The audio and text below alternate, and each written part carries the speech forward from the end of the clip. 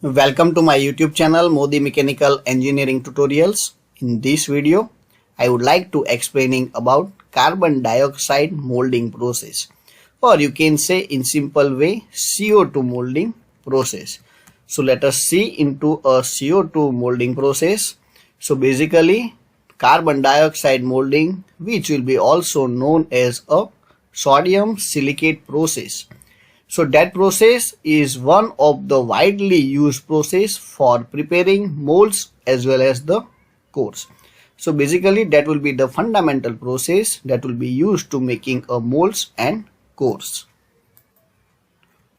Then in this process sodium silicate, which will be used as a binder, but sodium silicate activates, or you can say tend to bind the sand particles only in the presence of the carbon dioxide gas. So carbon dioxide gas that will be used into this process of making a mold, or you can say core as per my requirements. So it will be known to be a carbon dioxide molding process. So for these reasons, the process commonly known as a CO2 process. Then just you can see various steps that will be involving for making a carbon dioxide mold. So just you can see the basic setup for making a carbon dioxide mold. So just you can see this is our lower portions, which will be known to be a drag, and upper side it will be the cup. And just you can see this one is our pattern, or you can say our required shape, and this cup and drag which will be filled with a sand. And for making a sand mold, just you can see that will be the provide of sprue and riser. So basically sprue that will be a vertical passage, and with the help of sprue the molten form of the metals which will be entering into the pattern, and from the risers that will be gives the 100% ensurement. And just you can see into the second figure, after making the such kind of arrangement, this CO2 gas which will be passing, or you can say in these setups the some kind of vent holes which will be also providing for escaping the hot gases which will be generating for a pouring a molten form of the metals.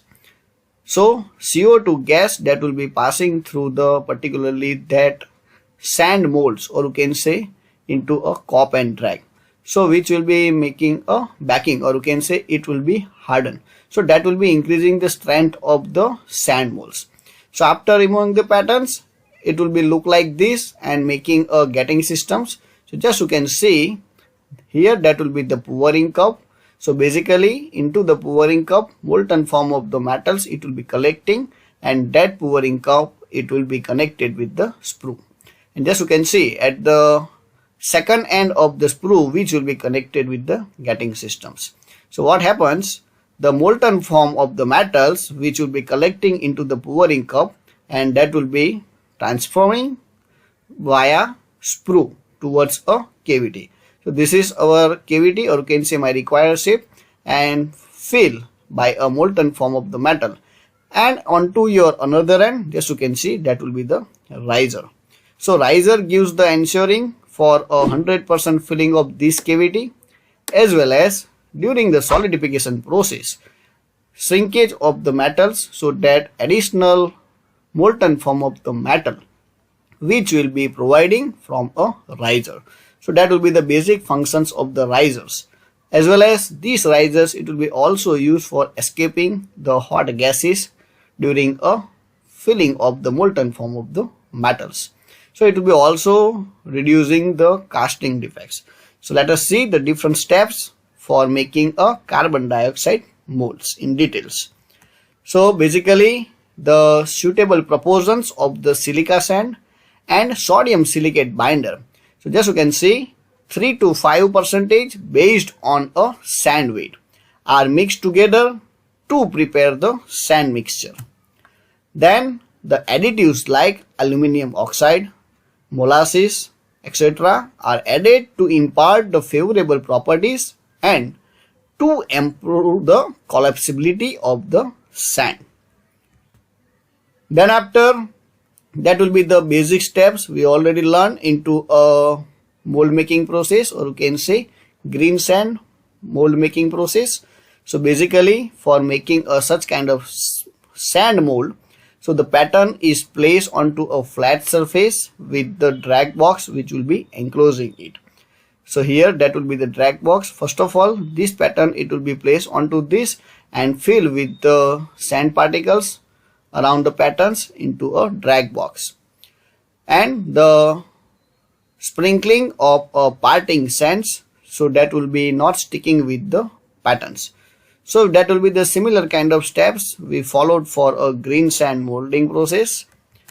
Then after, what to do? This is our general setup.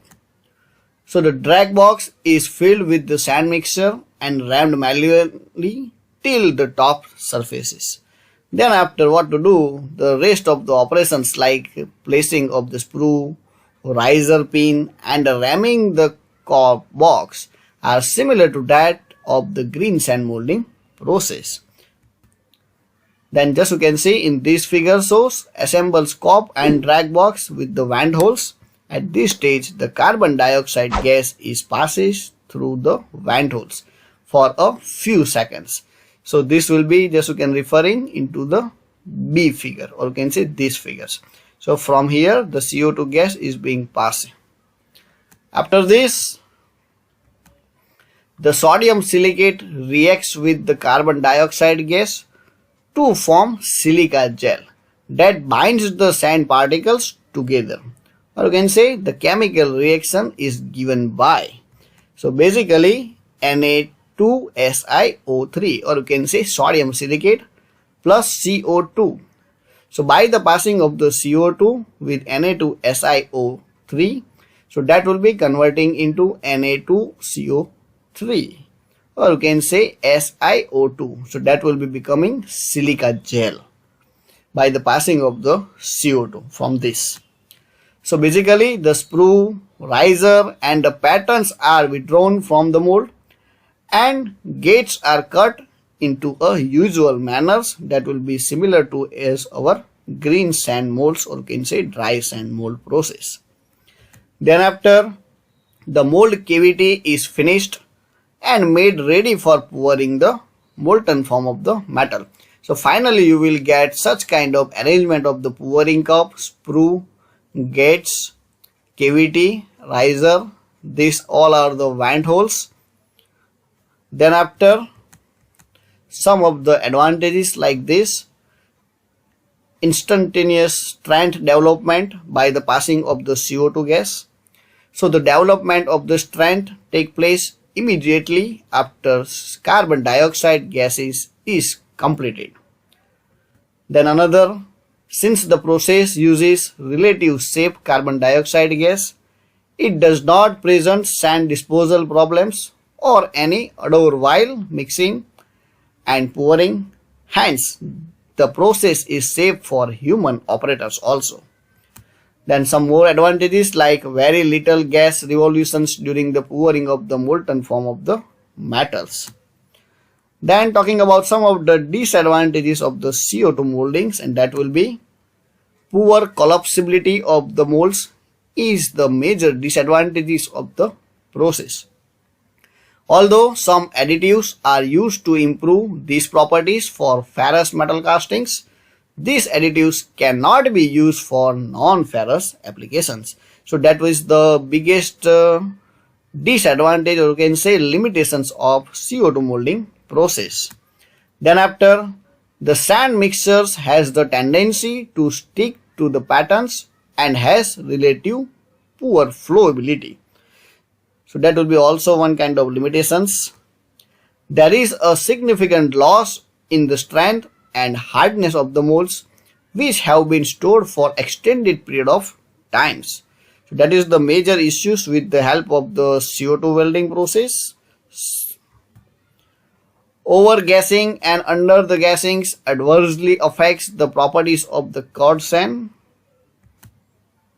So I hope you understand this. If you like this, then subscribe and share Modi Mechanical Engineering tutorials. Thank you so much and keep watching.